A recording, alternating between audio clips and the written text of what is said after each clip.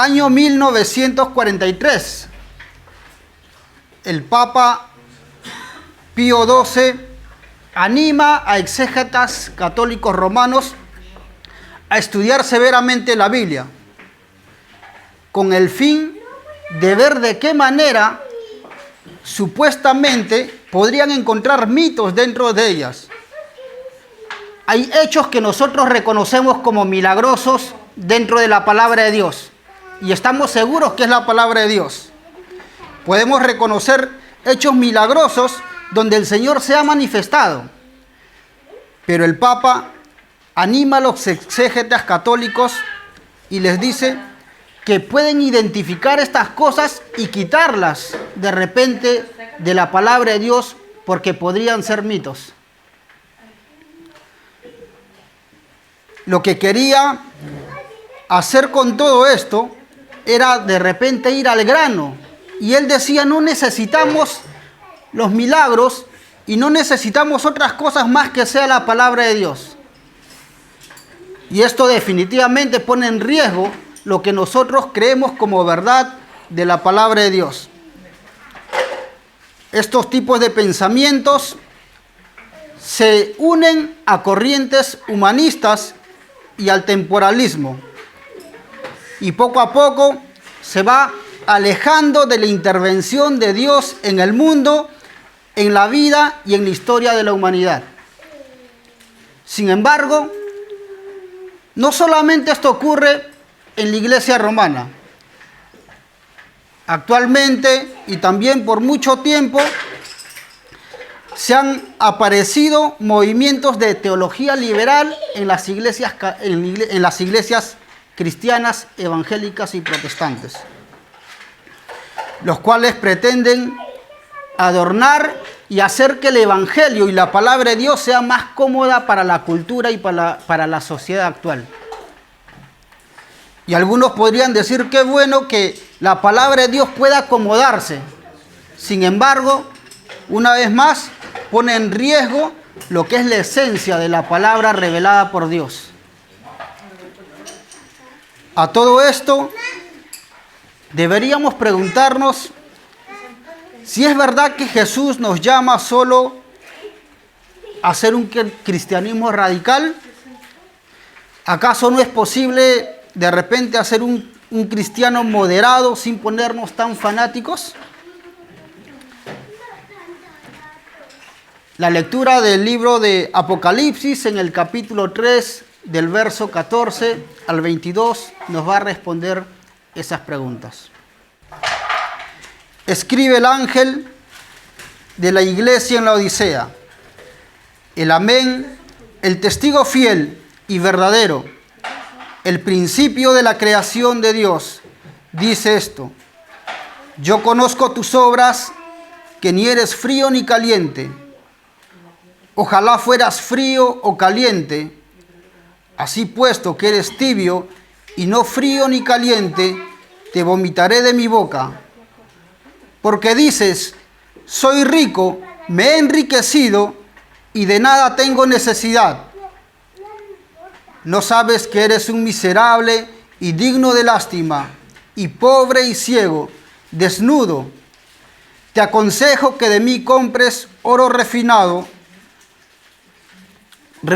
por fuego, para que te hagas rico, y vestiduras blancas para que te vistas y no se manifieste la vergüenza de tu desnudez, y colirio para ungir tus ojos y puedas ver. Yo reprendo y disciplino a todos los que amo. Sé pues celoso y arrepiéntete. Yo estoy a la puerta y llamo.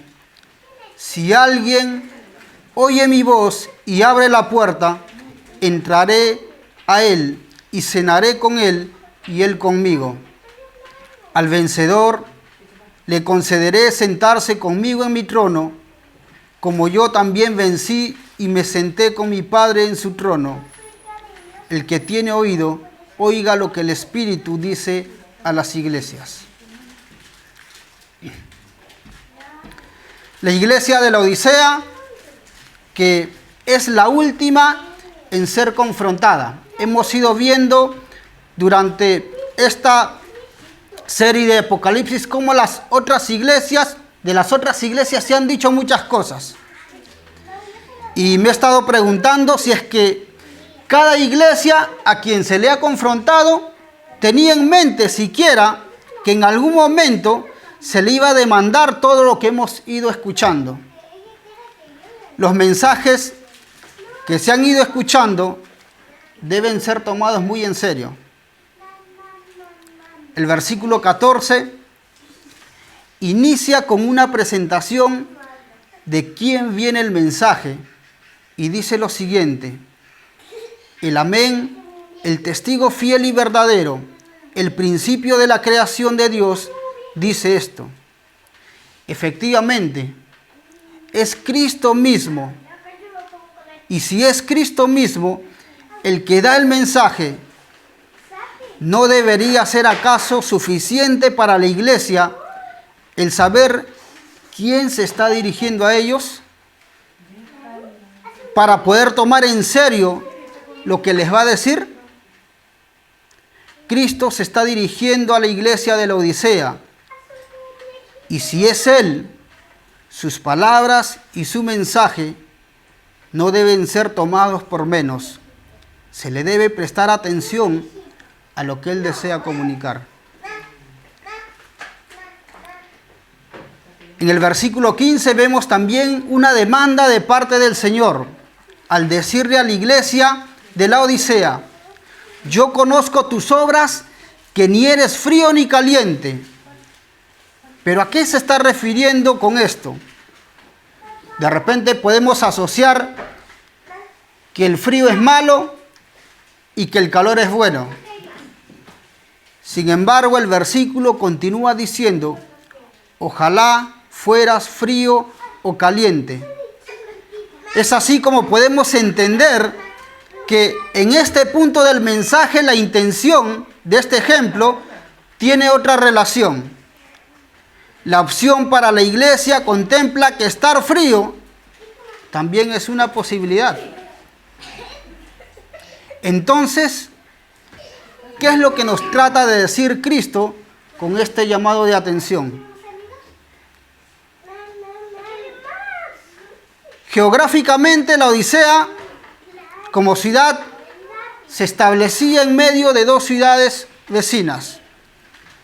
Una llamada Hierápolis, la cual contaba con aguas termales, que era ideal para poder bañarse, para que esta agua era conocida por sus propiedades medicinales. Y otra ciudad que estaba cerca de la Odisea se llamaba Colosas, que también tenía muchas aguas frías, pero refrescantes, las cuales eran consideradas aguas saludables. La Odisea, por su parte, recibía el agua por medio de un acueducto que también proveía de aguas termales, pero al estar muy lejos de esta ciudad, el trayecto y el transcurso de esta agua hacía que el agua llegara tibia. Y no solo tibia, sino también turbia y sucia.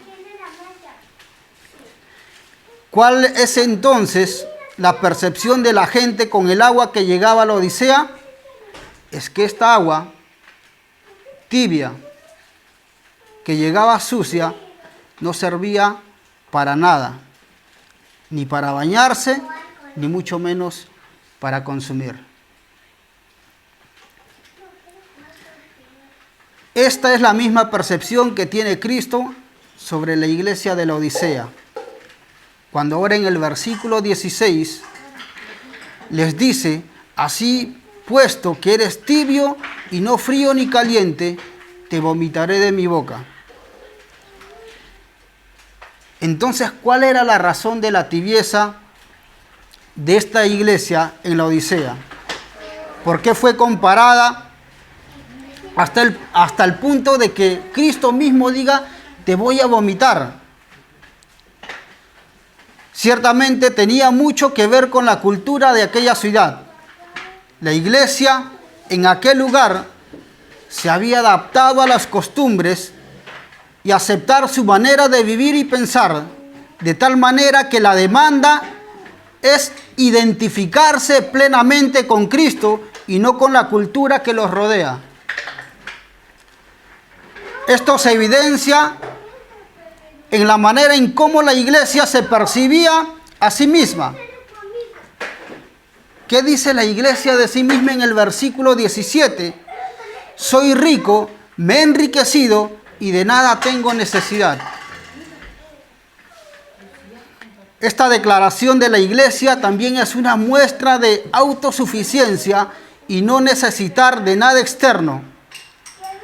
Pero aún más nos muestra cómo ese pensamiento de la cultura se había hecho parte de la iglesia.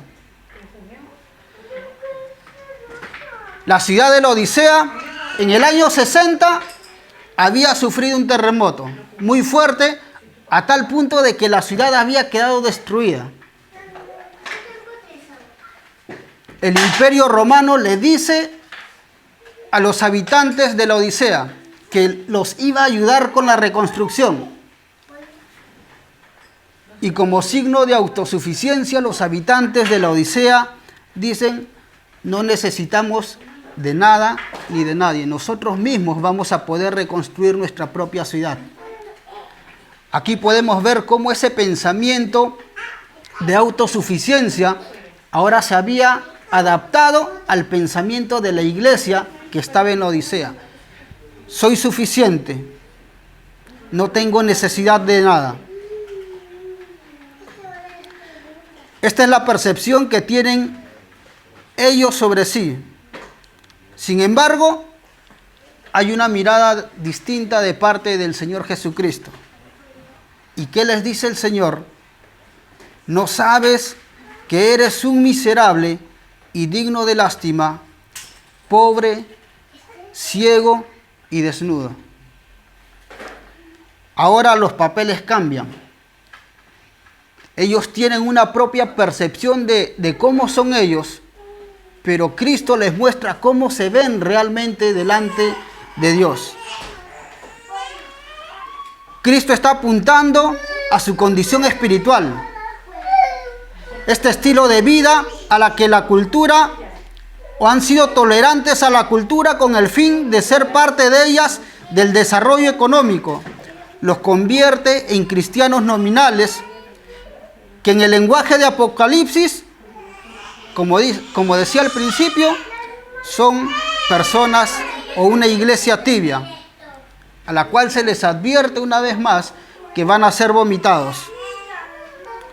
Sin embargo, en el versículo 18 podemos reconocer que el llamado de Cristo a su iglesia es para mostrarle el camino correcto y qué es lo que realmente deben considerar al decirle: Cristo, te aconsejo que de mí compres oro refinado por fuego, para que te hagas rico, y vestiduras blancas, para que te vistas y no se manifieste la vergüenza de tu desnudez, y colirio para ungir tus ojos y que puedas ver.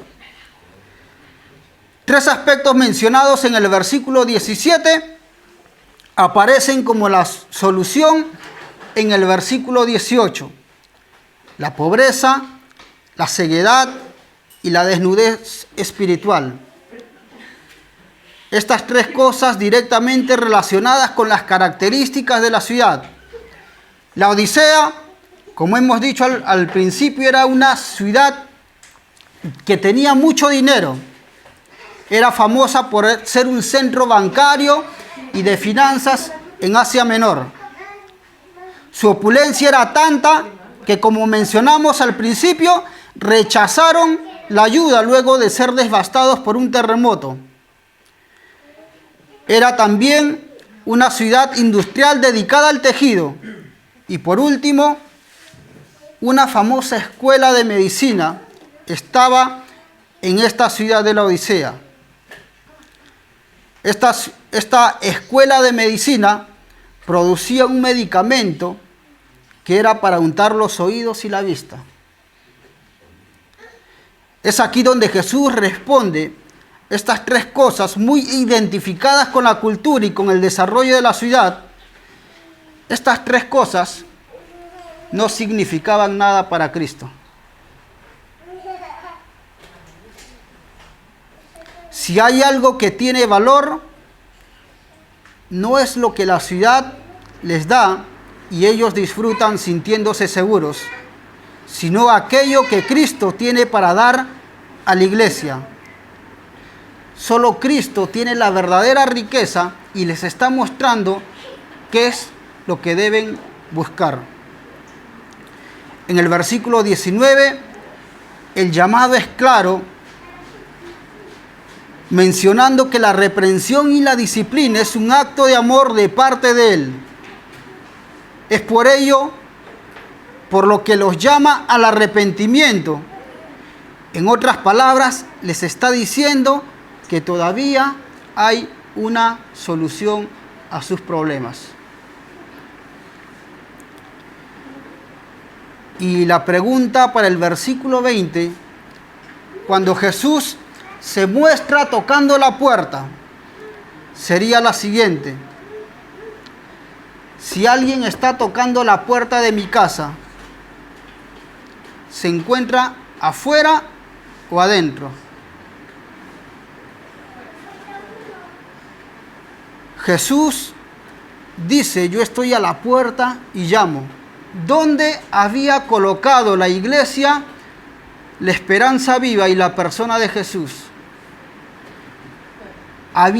Se habían mezclado de tal manera con la cultura que el Evangelio y Cristo mismo habían quedado fuera de la iglesia.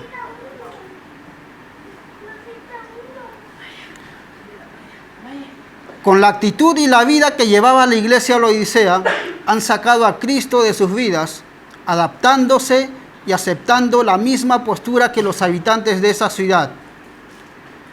Pero dice Cristo también: si alguien oye mi voz y abre la puerta, entraré a él y cenaré con él y él conmigo. Hermanos, este es el último llamado de Cristo para las iglesias. Cristo está verdaderamente interesado en que la iglesia reaccione y se arrepienta y que vuelva a Él. Y la promesa a la respuesta en este arrepentimiento y obediencia es que compartiremos y estaremos con Él. Como dice en el versículo 21, al vencedor le concederé sentarse conmigo en mi trono, como yo también vencí y me senté con mi Padre en su trono. Una vez más, Cristo está llamando a la puerta. No dejemos que Cristo se quede afuera de nuestras vidas y de la iglesia. Lo que Jesús le está diciendo en este mensaje y lo que nos está diciendo es que la indefinición de los que dicen ser cristianos no lo engañan. No es aceptable para Él y Él no aceptará en el día final a quienes no se decidan identificarse de manera radical y completamente con Él en el presente. Y muchas veces quizás podemos llevar mucho tiempo pensando que teniendo estabilidad económica o tener resueltas nuestras necesidades es la mayor seguridad para el futuro. Quizá piensas o pensamos también que nuestra seguridad puede estar en la empresa, en el negocio, en el trabajo o de repente en una carrera universitaria. Sin embargo, el Espíritu Santo ha preservado este mensaje para decirnos que nuestro Señor Jesús quiere que escuchemos esta última advertencia para arrepentirnos de buscar nuestras seguridades meramente en este lado de nuestra historia. Nuestra riqueza, nuestra salud y nuestro sustento no son asuntos por los que tengamos que preocuparnos solamente en esta vida.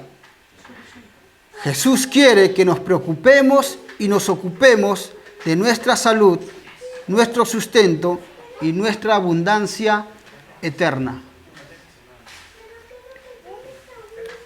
Por eso es que en el versículo 18 le dice: te aconsejo que de mí compres oro refinado por fuego para que te hagas rico, y vestiduras blancas para que te vistas y no se manifieste la vergüenza de tu desnudez, y colirio para ungir tus ojos y que puedas ver.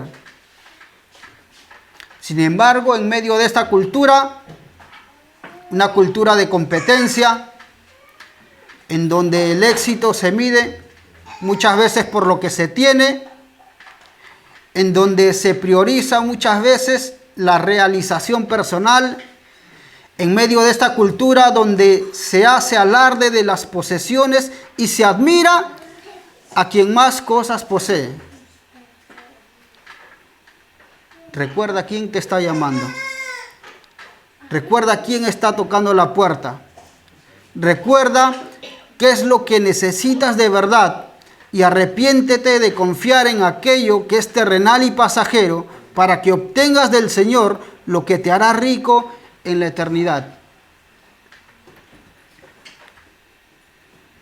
El libro de Mateo en el capítulo 6 nos dice también: no acumulen para sí tesoros en la tierra, donde la polilla y la herrumbre destruyen, y donde los ladrones penetran y roban. Sino acumulen tesoros en el cielo, donde ni la polilla ni la herrumbre destruyen, y donde los ladrones no penetran ni roban, porque donde esté tu tesoro, allí estará también tu corazón. Hermanos, hemos escuchado la palabra del Señor y vamos a tener un tiempo de oración. Que el Señor permita que, habiendo escuchado, y como finalice el libro de Apocalipsis, el que tiene oídos para oír, que oiga lo que Él quiere decir. Los invito a inclinar sus rostros para orar.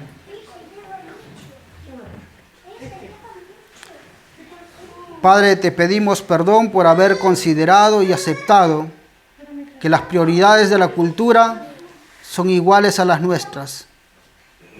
Te pedimos perdón porque hemos puesto nuestra confianza en aquello que fácilmente se puede echar a perder. Llénanos del Espíritu Santo para vivir confiando en aquello que realmente es importante y eterno. Oramos en el nombre de tu Hijo, nuestro Salvador Jesucristo.